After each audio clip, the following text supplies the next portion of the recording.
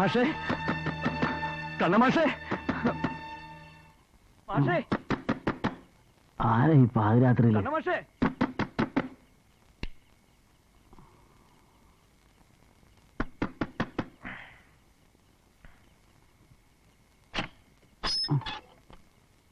കണ്ണമാഷെ കഥ തുറക്കാൻ. മാഷേ, എന്തു വെച്ചിടോ? ആകെ നനഞ്ഞൊലിച്ചിരിക്കുന്നു. മഴ. മഴ? മഴയോ? ഇവിടെ എങ്ങും മഴയില്ലല്ലോ. താൻ പിന്നെയും പോയി കഴിച്ചാ? അടിച്ച് ഫിങ്സിങ്ങായി വല്ല തോട്ടിലും വീണതായിരിക്കും.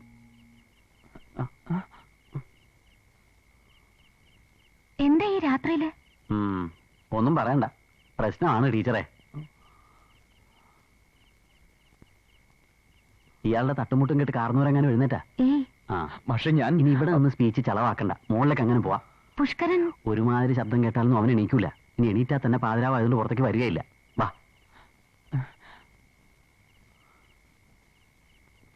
അപ്പോഴേ ഞാൻ പറഞ്ഞതാണ്, വല്ല മുറുക്കുകാരിയും പറയുന്നത് കേട്ട് വേണ്ടാത്ത ഒന്നും ചിന്തിച്ചുകൊണ്ട് നടക്കരുതെന്ന്. ചത്തുപോയവരൊക്കെ പ്രേതമായിട്ട് ഇങ്ങനെ കറങ്ങി നടക്കുകയല്ലേ വെള്ളസാരി എടുത്തോണ്ട്. ഞാൻ പറയണത് കള്ളമാണ്. ഈ മാഷ് വന്ന് നോക്ക്. നല്ല കളിയായി. പാതിരാക്കി ഈ പരുവത്തി തന്നെയും പൊക്കിക്കൊണ്ട് ഞാൻ അങ്ങോട്ട് വരണം, ടീച്ചർ എങ്ങാനും അത് കാണണം. ദേ, താൻ പോയി കിടന്ന് ഉറങ്ങും. നേരം വെളുക്കുമ്പോ ഈ അയഞ്ഞ സ്ക്രൂ ഒക്കെ ഒന്ന് മുറുകും. ഒന്ന് നിന്നേ, തമാശ കളിക്കാനുള്ള നേരമല്ലത്. ഒന്നുമില്ലാതെ ഒരാൾ പാതിരാക്കി ആളുകളെ വിളിച്ചുണർത്തി ഇങ്ങനെയൊക്കെ പറയാച്ചാ അതിലെന്തെങ്കിലും ഇല്ലാണ്ടിരിക്കോ? താൻ പറഞ്ഞതിൽ വല്ല നേരമുണ്ടോ? നിങ്ങളെയൊക്കെ കാണുന്ന പോലെ ഞാൻ എന്റെ ഈ കണ്ണുകൊണ്ട് കണ്ടതാ. ഭ്രാന്ത് പറയല്ല. എന്തിനും നേരം വെളുക്കട്ടെ. പടിഞ്ഞാറെ മുറി ഞാൻ തുറന്നു തരാം. മാഷ അവിടെ കിടന്നോളൂ. ആദ്യം തന്നെ ഈ നനഞ്ഞ തുണിയൊക്കെ ഒന്ന് മാറ്റ്. വാ.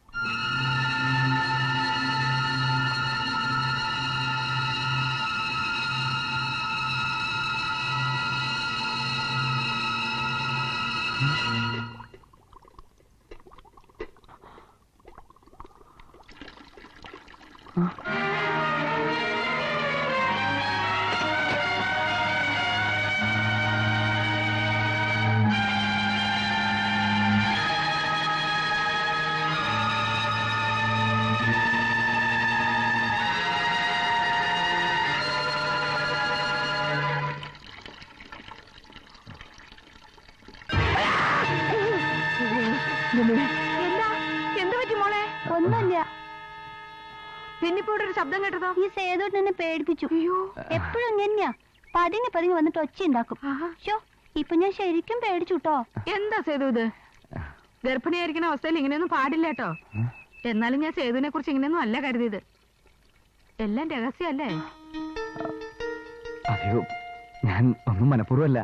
ഒന്നും പറയണ്ട. ഭാര്യയെ വിളിക്കാൻ നാട്ടിലേക്ക് കത്തയച്ചു, പറഞ്ഞില്ല. ഭാര്യ വരണ വിവരത്തിന് കത്ത് വന്നു, പറയണ്ട. എന്നാ വന്നിട്ടൊരു വാക്ക് പറയ. രാത്രിയായാലെന്താ? എന്നെ വന്ന് വിളിച്ചാലോ? കോമഡിയെടുത്തി ഞാനാ പറഞ്ഞ ബുദ്ധിമുട്ടിക്കണ്ടെന്ന്.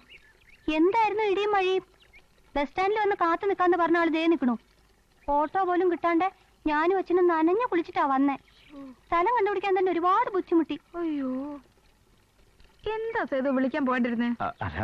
സേതോട്ടം വന്ന് ജംഗ്ഷനിൽ കാത്തു നിന്നു. ഞങ്ങൾ ബസ് സ്റ്റാൻഡിൽ ഇറങ്ങിയിട്ട് നടന്നു. പാവം സേതുവേട്ടൻ ഇന്നലെ കാത്തിരുന്ന് വല്ലാണ്ട് ഭയപ്പെട്ടിട്ടുണ്ടാവും അല്ലേ? ഫാദറിലേക്ക് ബസ് കിട്ടിയോ സേതു? കിട്ടി. ഒന്ന് പരിചയപ്പെടാൻ കഴിഞ്ഞില്ലല്ലോ. ഇപ്പോഴത്തെ കുട്ടികൾക്ക് ഈ മര്യാദ ഒന്നുമില്ല. അയ്യോ 5:30 വണ്ടിക്ക് പോയില്ല അച്ഛാ. അച്ഛൻ ആധാർ എടുത്ത ഓഫീസിൽ എത്താൻ പറ്റില്ല. ആ. ഞാൻ പറഞ്ഞില്ലേ ആ. അച്ഛന്റെ അമ്മയുടെ 15 സെന്റ് സേതുവേട്ടന്റെ പേരിൽ എഴുതിക്കാ ഇന്ന്. ഓ ആ. സേതുവേട്ടനൊന്നും ഇഷ്ടല്ല. ഇവളെ ടീച്ചർ ശരിക്കും പരിചയപ്പെട്ടോ അതോ? പിന്നെ പരിചയപ്പെട്ടിട്ട് അധികം ആയില്ലെങ്കിലും ആ. എന്തോ ഒരു മുജ്ജന്മ ബന്ധം ഉള്ള പോലെ. ഉം. ഇല്ല മോളെ? സത്യാട്ടോ. സേതുവേട്ടൻ വന്നിട്ട് പരിചയപ്പെടാന്ന് പറഞ്ഞിരുന്നതാ. അടുക്കളയിൽ നിൽക്കണ കണ്ടപ്പന്നെ എനിക്ക് വല്ലാണ്ട് അങ്ങോട്ട് ഇഷ്ടായി. നമ്മുടെ വിലയിലെ വാനുവരത്തെ പോലുണ്ട്. ഇല്ലേ സേതുവേട്ടാ? I think we're going to go with you guys. That's great. Awesome. Let me get the contract. One last thing. Your sock. കൂടപ്പറപ്പുകളോ കുട്ടികളോ ഇല്ലാത്ത എനിക്ക് ഈശ്വരൻ കൊണ്ട് തന്നതാ ഈ ലക്ഷ്മിക്കുട്ടിയെ. ഇനി പ്രസവത്തിന് പോലും ഞാൻ ഈ കുട്ടിയെ വീട്ടിലോട്ട് വിടുന്ന പ്രശ്നമില്ല. സേതുവേട്ടൻ എന്താ ഒന്നും മിണ്ടാണ്ട് വല്ലാണ്ടിരിക്കണേ? ഇന്നലെ ഇവിടെയും കാത്ത് ഒരുപാട് നേരം ജംഗ്ഷനിൽ നിൽക്കേണ്ടി വന്നു. മഴ കുറെ നനഞ്ഞേ. ശോ. കരക്കകത്ത് വല്ലാത്തൊരു പെരുപ്പ്. അപ്പഴേ എന്താ നമ്മുടെ പരിപാടി? അരിയും പലചരക്കും വാങ്ങി വെക്കണമെന്നൊരു 100 വട്ടം എഴുതിയതാ. ഒക്കെ മറന്നു. വേണ്ട കേട്ടോ. എന്നിട്ടെന്താ രാവിലെ അടുപ്പത്തിടാനുള്ളത് കോമതേട്ടർ കയ്യിൽ നിന്ന് വാങ്ങേണ്ടി വന്നു. ടീച്ചർക്ക് ബുദ്ധിമുട്ടായി കാണുമല്ലേ? ഇവിടുത്തെ ഓവർ സ്മാർട്ടാ. കാര്യമായിട്ട് കേട്ടോ. അടുപ്പത്തിട്ട് രാത്രിയിലെ കഞ്ഞിയാക്കിക്കോളൂ. ഇന്ന് ഉച്ചയ്ക്ക് ഊണ് ഇവിടുന്ന, അത് മറക്കണ്ട. ആ മോക്ക് മാമ്പഴ പുളിശ്ശേരി ഇഷ്ടാന്നല്ലേ പറഞ്ഞത്? ഇഷ്ടമൊന്നല്ല, കൊത്തിയാവണോ? എന്ത് ചേ, നിങ്ങൾ ആണുങ്ങൾക്ക് ഇതൊന്നും മനസ്സിലാവില്ല. ഗർഭിണിയായിരിക്കണ കുട്ടിക്ക് പ്രസവത്തിന് മുമ്പ് കൊതിയുള്ളതൊക്കെ കൊടുക്കണമെന്നാ. പാവം കുട്ടി. എന്റെ സുനന്ദ ടീച്ചറെ, അവള് ലക്ഷ്മി തന്നെയാ. ആ നോട്ടവും നടത്തവും സംസാരവും ചിരിയും എനിക്കങ്ങ് ഇഷ്ടായി. അവൾക്ക് എന്നെ. ടീച്ചർ കൂടുതൽ ഫ്രാങ്കാ. ആരോട് ഇടപെട്ടാലും ഇത്തിരി ഗ്യാപ്പ് ഇടുന്നത് നല്ലതാ. ലക്ഷ്മിക്കുട്ടി ഉദ്ദേശിച്ച് പറഞ്ഞതല്ല. ആരോടും ഞാൻ പറഞ്ഞിട്ടില്ല. ഗോവിന്ദമാഷ് പോയതിനു ശേഷം എന്റെ വീട് ഉറങ്ങിപ്പോയി. ഇവള് വന്നപ്പോ വെറുതെ ഒരു ആശ്വാസം തോന്നണു.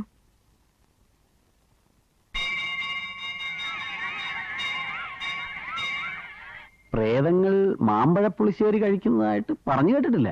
മാഷ് ഇതെന്താ അത്ര ഈസി ആയിട്ട് കാണുന്നേ? സ്ട്രെയിൻ എടുത്തിട്ടും വലിയ പ്രയോജനമില്ലാത്തോണ്ട്. ഇനി ഇവളുടെ വരവിന്റെ പുറകിൽ ഗോവിന്ദ മാഷ കൈയുണ്ടോ? ഏയ്, അയാൾക്ക് അത്രയ്ക്ക് അങ്ങോട്ട് വർക്കൗട്ട് ആവോ? തല ഇല്ലല്ലേ? എവിടെ ദേ, താൻ എടുത്തിയാടി പ്രശ്നം ഉണ്ടാക്കരുത്. വളരെ ബുദ്ധിപരമായിട്ട് നീങ്ങാവൂ. പതറിപ്പോയാൽ നമ്മൾ എച്ചൻ പറഞ്ഞു ഉച്ചയ്ക്കുണ്ണ മറക്കാതെ അങ്ങോട്ട് ചെല്ലാൻ. ഓ നമ്മളോടല്ല, ബാൻ മാഷോട്. കാര്യങ്ങളൊക്കെ ഞാൻ അറിഞ്ഞു. മിസ്സിസ് വന്നിട്ടുണ്ടല്ലേ? കൺഗ്രാറ്റുലേഷൻസ്. Thank you.